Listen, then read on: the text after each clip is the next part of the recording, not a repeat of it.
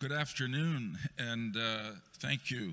I think I was on this morning, as some of you may remember, but I've been watching behind, and I think the program has really been high quality, very diverse, and just informative. So I'm very proud of the team at UANI that put it all together, and grateful for all the people who came. And now we have really a great American leader, Nikki Haley, former member of the House, former governor of South Carolina, and then ambassador to the United Nations. So please join me in welcoming Nikki Haley. Thank you so much. So it says a lot about her that I said, I'm curious, do you want me to address you as governor or ambassador? She said, just Nikki. Those are just... Those were moments in time. It's just Nikki. Yeah, I like it. So, of course, I said to her, call me Senator. No, I didn't say that. I said, call me Joe. That's my name. Anyway, Ambassador Haley really, throughout her life, no matter what the position she had, but particularly in the UN, has taken a very strong position on Iran.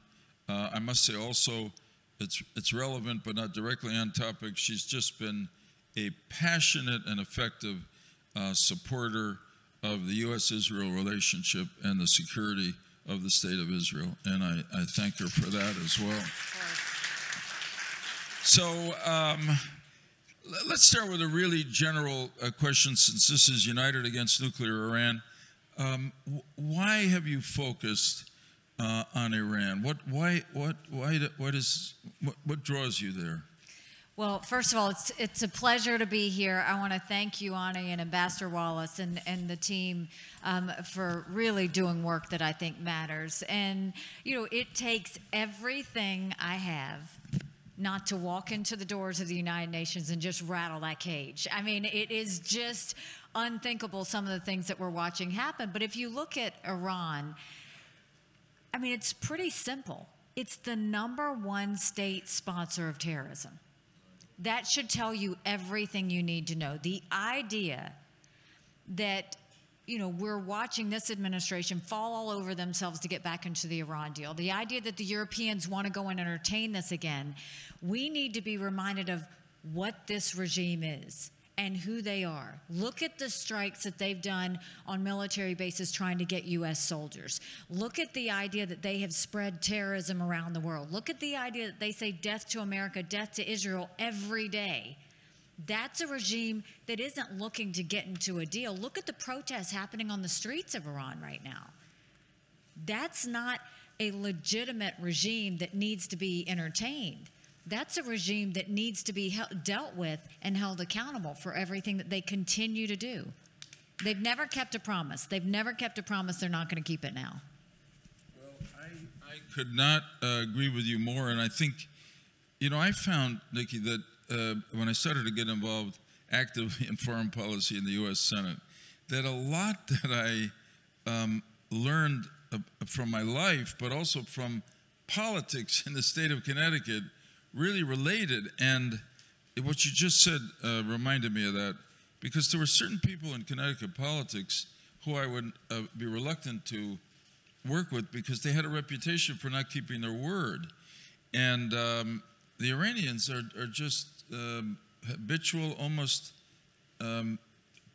intentional, almost theologically justified liars. And how you can think you can make an agreement with them puzzles me. Well, and think about what they said. You know, Raisi gave the speech today, and he said the only reason that we build up, you know, working on this nuclear program is, you know, we do that in the name of peace. In the name of peace. Like, they think if they say it that we'll believe it. The important thing is we need to make sure we don't believe it. We need to understand that that is part of what they do. I mean, keep in mind, you know, they claim that they're great on human rights. Really? Yeah. I mean, they just killed a 22-year-old girl because she wasn't wearing her headdress the right way. Right. We need to see them for the thugs that they are. Amen. Thank you.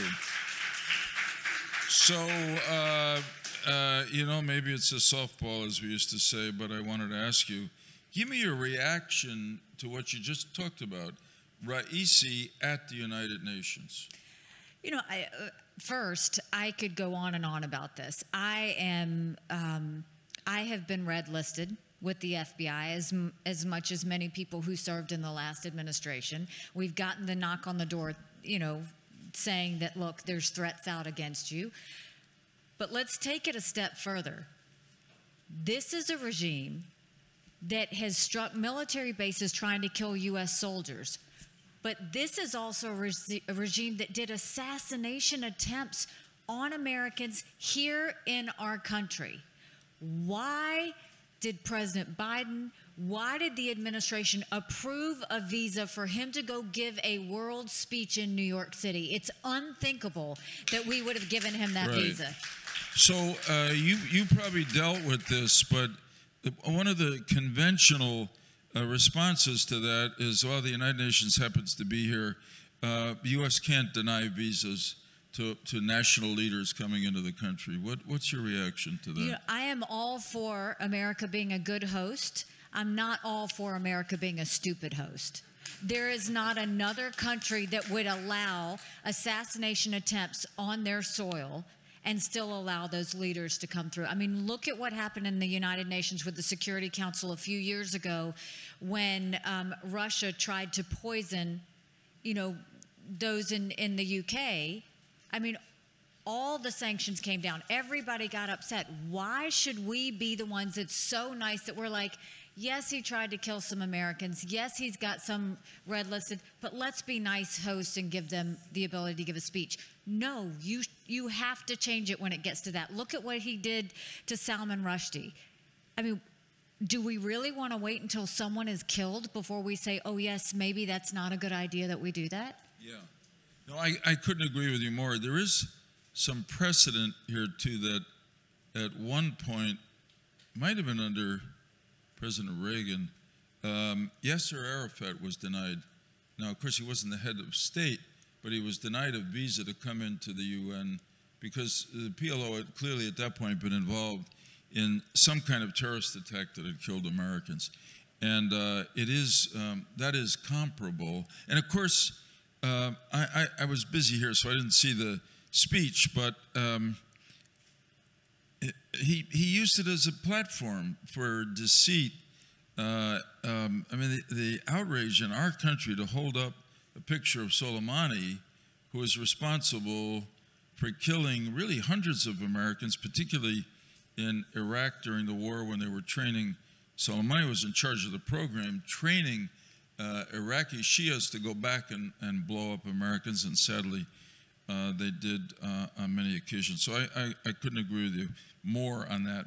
So give me your, I can guess, but maybe it just makes me feel good to hear it. Tell me how you're feeling about the negotiations in Vienna for another Iran nuclear deal, or going back into the so-called JCPOA of 2015.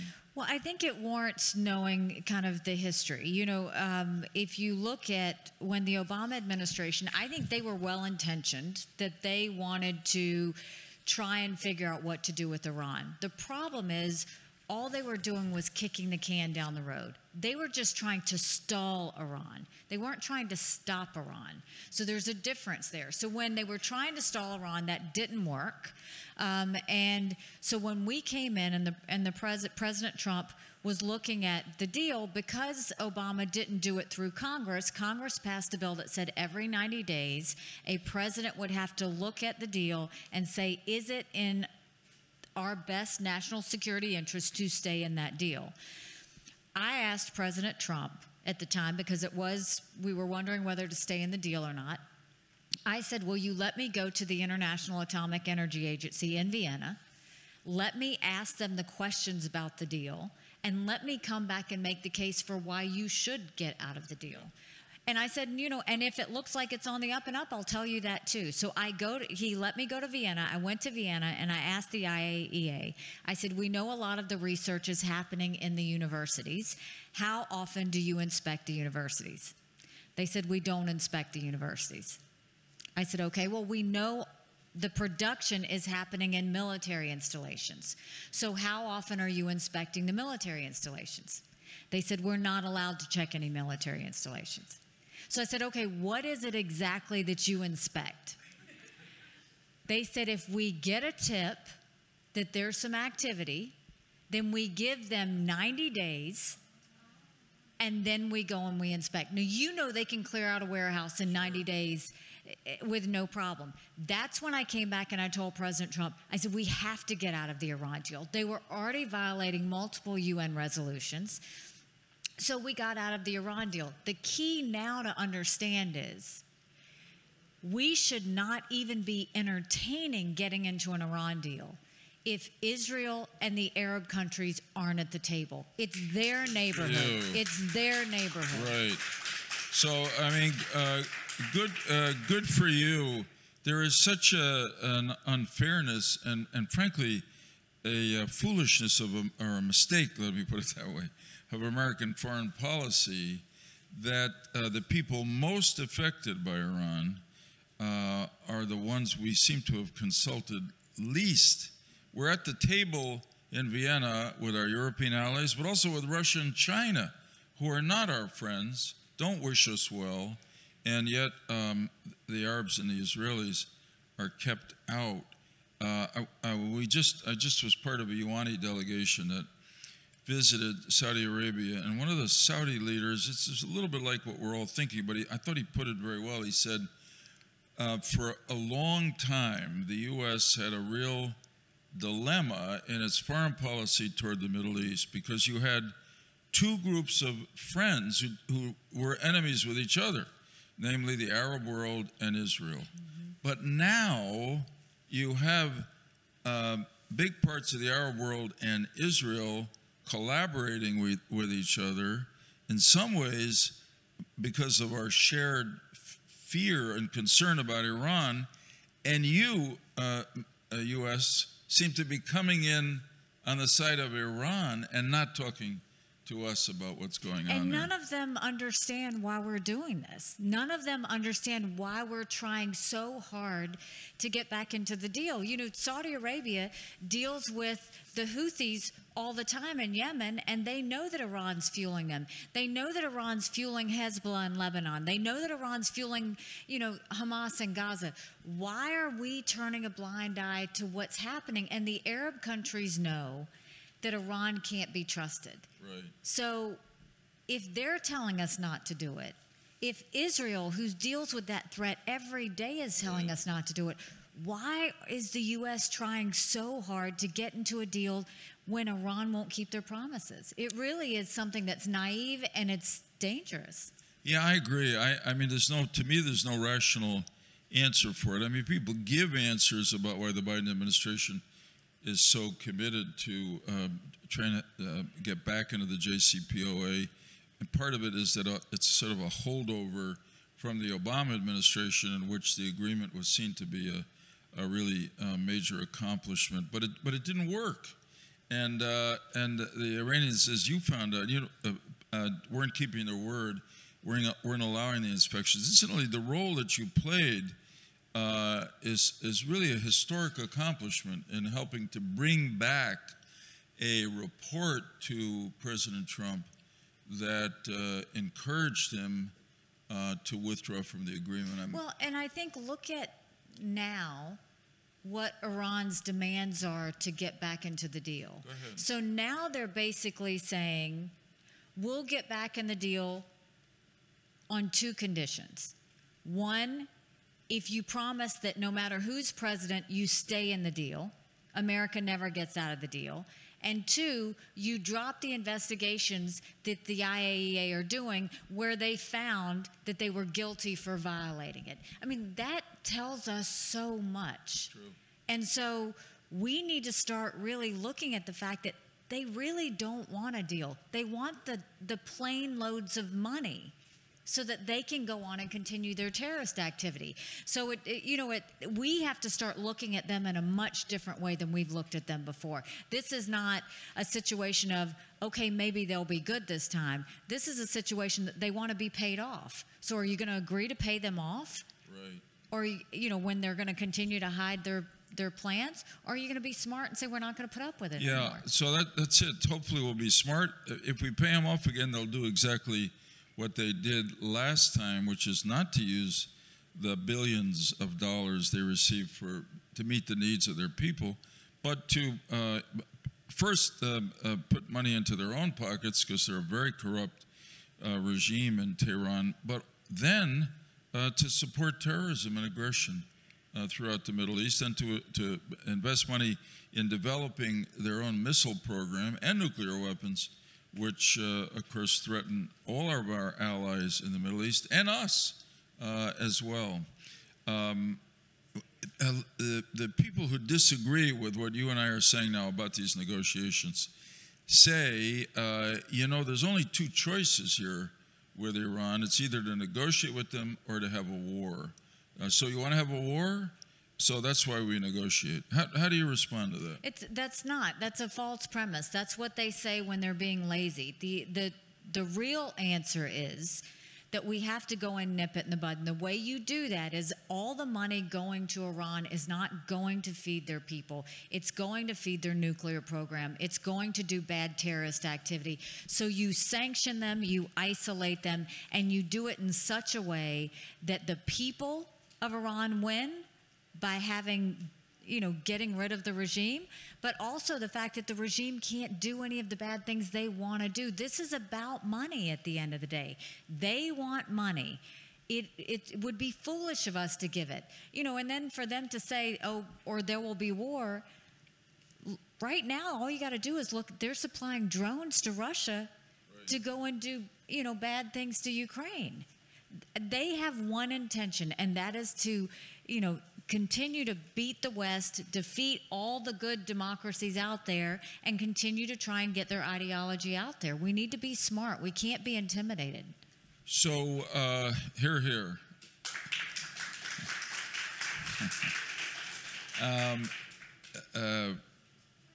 give you a hypothetical. If you could have some time with President Biden or Secretary Blinken to give them counsel on how you think they should treat Iran, what our policy should be toward Iran, what would you say to them? I would say that you're here at the United Nations this week. What I think you should do is get into a room with the Arab countries, get into the room with Israel, and say, okay, let's come together. What do we need to do to hold Iran accountable? Because the Arab countries and Israel can tell them everything they need to know. Instead of Biden and the Europeans leading the charge, let Iran's neighbors lead the charge on what needs to happen. Once they start to do that, not only will they get good policies and good actions in place, but the accountability will come from Iran's neighbors. We won't have to police it, they'll police it. And that's when we'll get progress. So, here. For a lot of years that I was in the Senate working on this, on the Iran file, so to speak, the work on it was totally bipartisan. And that was great. That was the way it should be. Unfortunately, the JCPOA of 2015 was a break point, and it had been building, but it became extremely partisan on an issue that really shouldn't be. You could have, this reminds me of the great quote of the Republican senator of the Foreign Relations Committee after the war, Vandenberg of Michigan, who worked very closely with President Truman on the post-war foreign policy. Incidentally, I read this in history. I was not there then. I just want to make that clear. But he famously said, partisanship and politics should end at the nation's shore. And then he went on to say, although most people don't quote this, that of course there would be differences of opinion on foreign policy, but they should never be partisan, because that would hurt our allies and encourage our enemies. And I think, unfortunately, that's what's happened in the years after the JCPOA of 2015 as part of a general partisanship in our country, our politics. So here's my question. I see some little glimmerings of hope. You're a foreign policy leader in the Republican Party, and you've worked across party lines. Do you see hope that we can get back to a bipartisan foreign policy on Iran in the years ahead? We have to. We have to. This is worth putting in the time and effort to remember that the number one issue is not about whether a Republican or a Democrat says something. It's about what are we doing to keep Americans safe?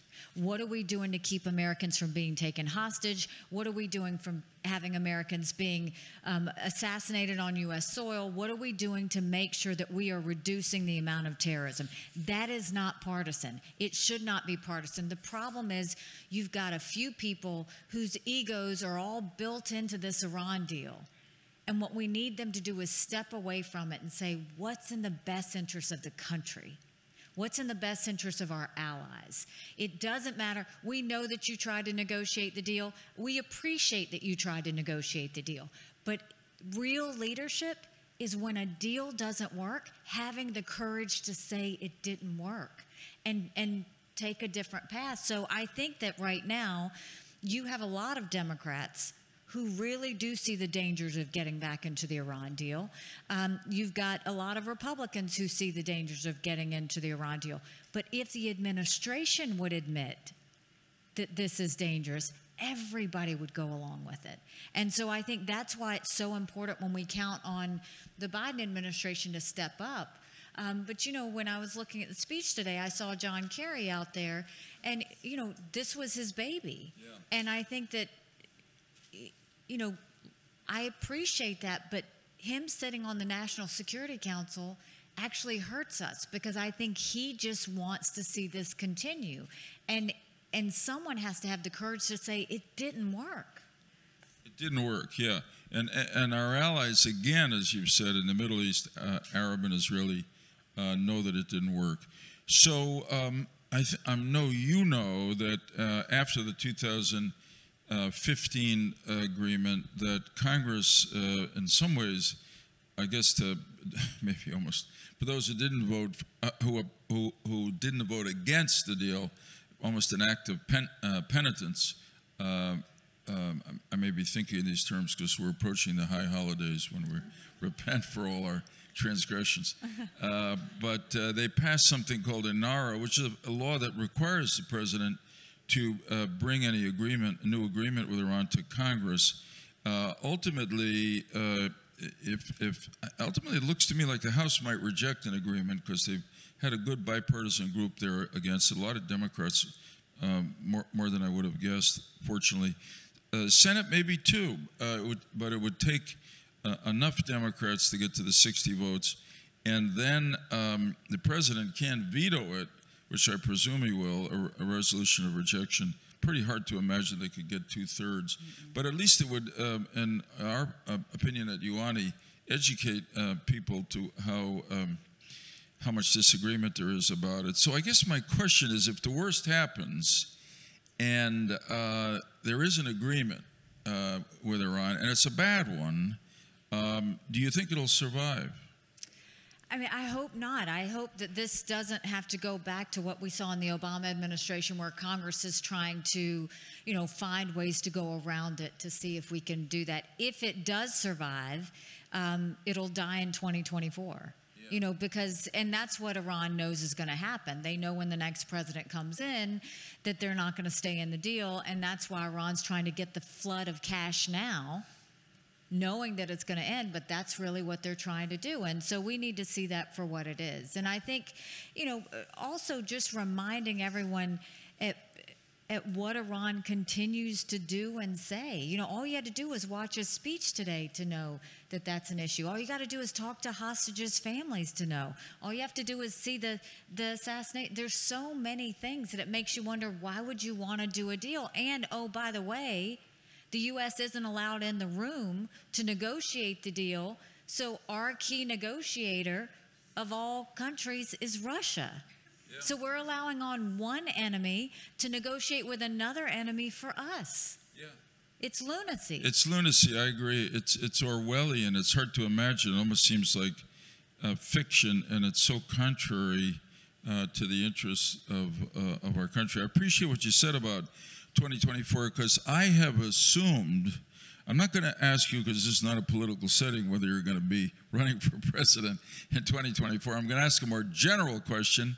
I assume that just about every Republican candidate for president in 2024 will come out, if there is a new agreement, come out for withdrawing from that agreement if elected president. I think if Biden ends up signing this Iran deal, if there's anything I know, the next president will rip that deal up on her very first day.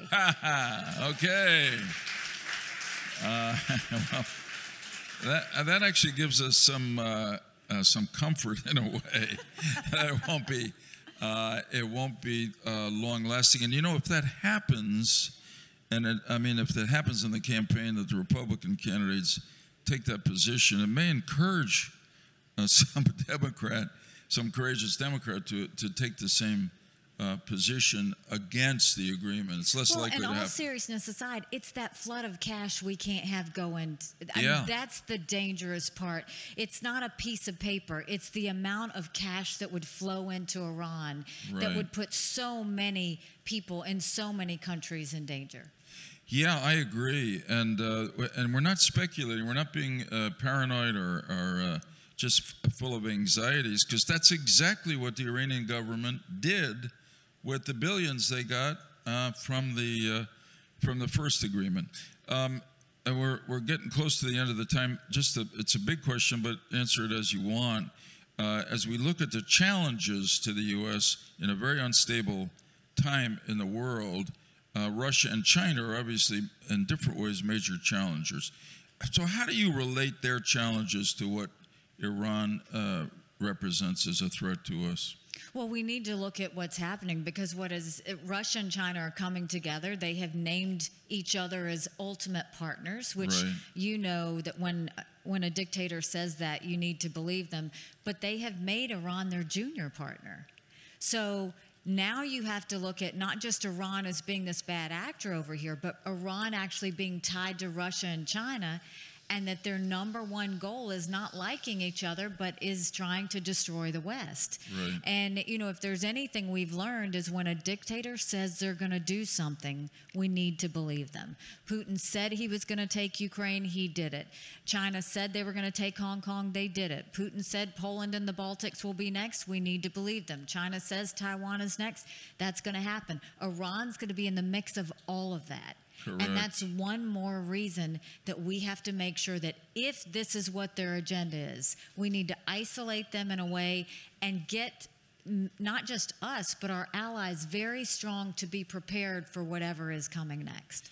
Amen. Well said. Go ahead. Thanks. I would applaud if I didn't have a microphone in my hand. So just take a moment. First off, let me say we're at UANI. We're really honored that you joined our advisory board. You really add a lot to us. We're grateful for that, really. So take a moment to tell the folks what else you're doing since you left the UN. Well, you know, I started an organization called Stand for America, and the goal was, how do we get people to care? You know, so we put out emails every day that talk about domestic policy, foreign policy, and just remind people what's working and what's not working. And so we've done that. I'm obviously focused on a lot of races going into November, not because of the R and the D, but because of the policy. It's always been policy at the end of the day. We've got to look at where foreign policy is. We've got to look at what inflation's doing. We've got to look at what's happening with education. We've got to look at crime and the border. I mean, Iran knows the easiest way for terrorists to come in is through the southern border. So, you know, this is a time where we're really focused on trying to get normal people elected. And so, you know, we'll do that through November. But we'll always be, I will always speak up on policy. I will always speak up on whatever keeps America strong. We have to. You know, the United Nations is having their high level week. This isn't about 1 week a year. This is about really where we go in the world and how we're strong and safe and can continue to prosper in a good way. And right now it's troubling, but it doesn't have to stay that way. Amen. Look, your voice is really important, and of course, behind the voice is a heart and a head that are right. So it's great to have you here. You're young. You got a lot of years ahead of you, and if things go well for you, it'll be good for America. So I wish you the best. Thank you. And again, I want to thank UANI, and any chance I get to have a conversation with Senator Lieberman, I always jump, because you are such a voice that matters in so many ways, and you've done it in a way that's so respectful, and we're very, very grateful to you. So thank you. I appreciate it. You're well. Thank you. Thank you, folks.